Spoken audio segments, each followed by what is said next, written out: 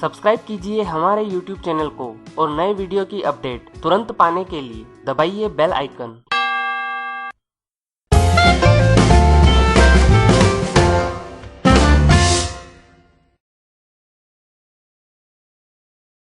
नमस्कार दोस्तों, आज हम बात करेंगे टेक्निकल इंडिकेटर के विषय में, जिसमें हम टेक्निकल इंडिकेटर के बेसिक एनालिसिस को समझेंगे।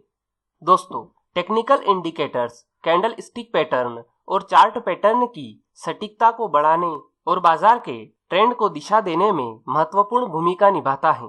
टेक्निकल इंडिकेटर्स टेक्निकल एनालिसिस का सबसे प्रमुख अंग है। टेक्निकल इंडिकेटर्स के विषय में जान लेने का मतलब है कि टेक्निकल एनालिसिस में महारत हासिल कर लेना। यह कहें तो कोई आश्चर्य की बात नहीं होगी। आप टेक्निकल इंडिकेटर्स के विषय में सीखे उससे पहले मैं आपको एक महत्वपूर्ण बात बताना चाहता हूँ। दोस्तों, टेक्निकल एनालिसिस में सैकड़ों टेक्निकल इंडिकेटर्स होते हैं। उसमें से लगभग सभी कभी न कभी काम करते हैं, परंतु उसमें से हर एक इंडिकेटर हमेशा काम नहीं करता है। अगर हर एक इंडिकेटर हमेशा काम करने लगा तो प्रत्येक ट्रेडर उसका ही उपयोग करेगा और उससे संबंधित उसकी मूल प्रक्रिया ही बदल जाएगी। अलग अलग इंडिकेटर अलग अलग स्टॉक पर और अलग अलग समय पर काम करते हैं।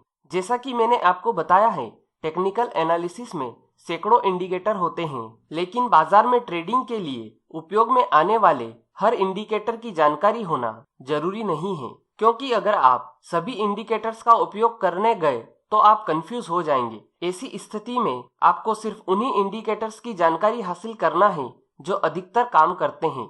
टेक्निकल एनालिसिस में उपयोग होने वाले कुछ महत्वपूर्ण इंडिकेटर के नाम मैं आपको बताता हूं, जो हर प्रकार से महत्वपूर्ण और उपयोगी हैं।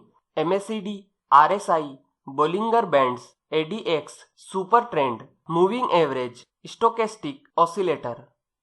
दोस्तों, ज्यादातर इंडिकेटर्स को दो वर्गों में विभाजित किया गया है, लीडिंग इंडिकेटर्स और लैगिंग इंडिकेटर्स। सबसे पहले हम बात करते हैं लीडिंग इंडिकेटर्स की। यह इंडिकेटर्स अपने नाम की ही तरह बर्ताव करता है।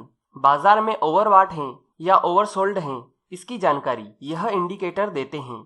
यह इंडिकेटर उन ट्रेडर के लिए बहुत ही फायदेमंद है जो कम समय के लिए खरीदी या बिकवाली करते हैं। यह इंडिकेटर्स अधिक ट्रेडिंग सिग्नल देते हैं और अगर ट्रेडर ने जागृत रहकर काम किया तो बहुत ही अच्छा मुनाफा कमा सकते हैं।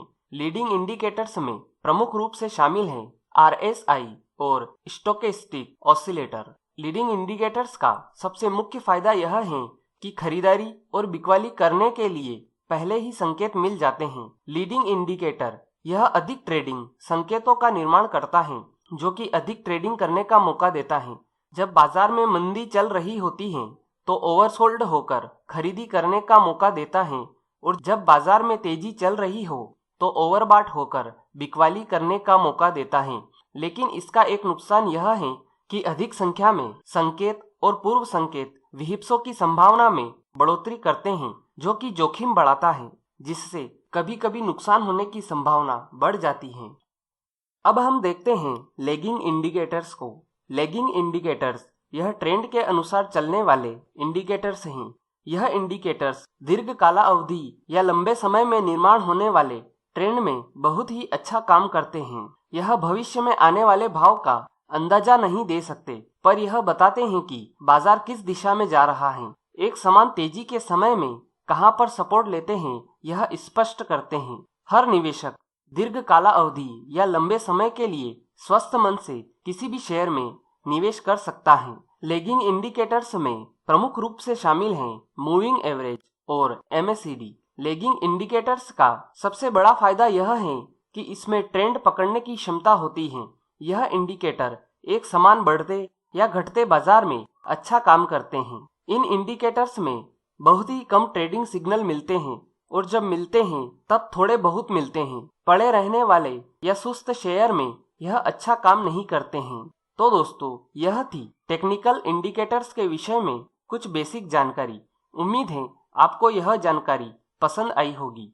अगर वीडियो से जुड़ा हुआ कोई भी सवाल आपके दिमाग में है तो आप कमेंट बॉक्स में जाकर पूछ सकते हैं। आज के लिए इतना ही, फिर मिलेंगे।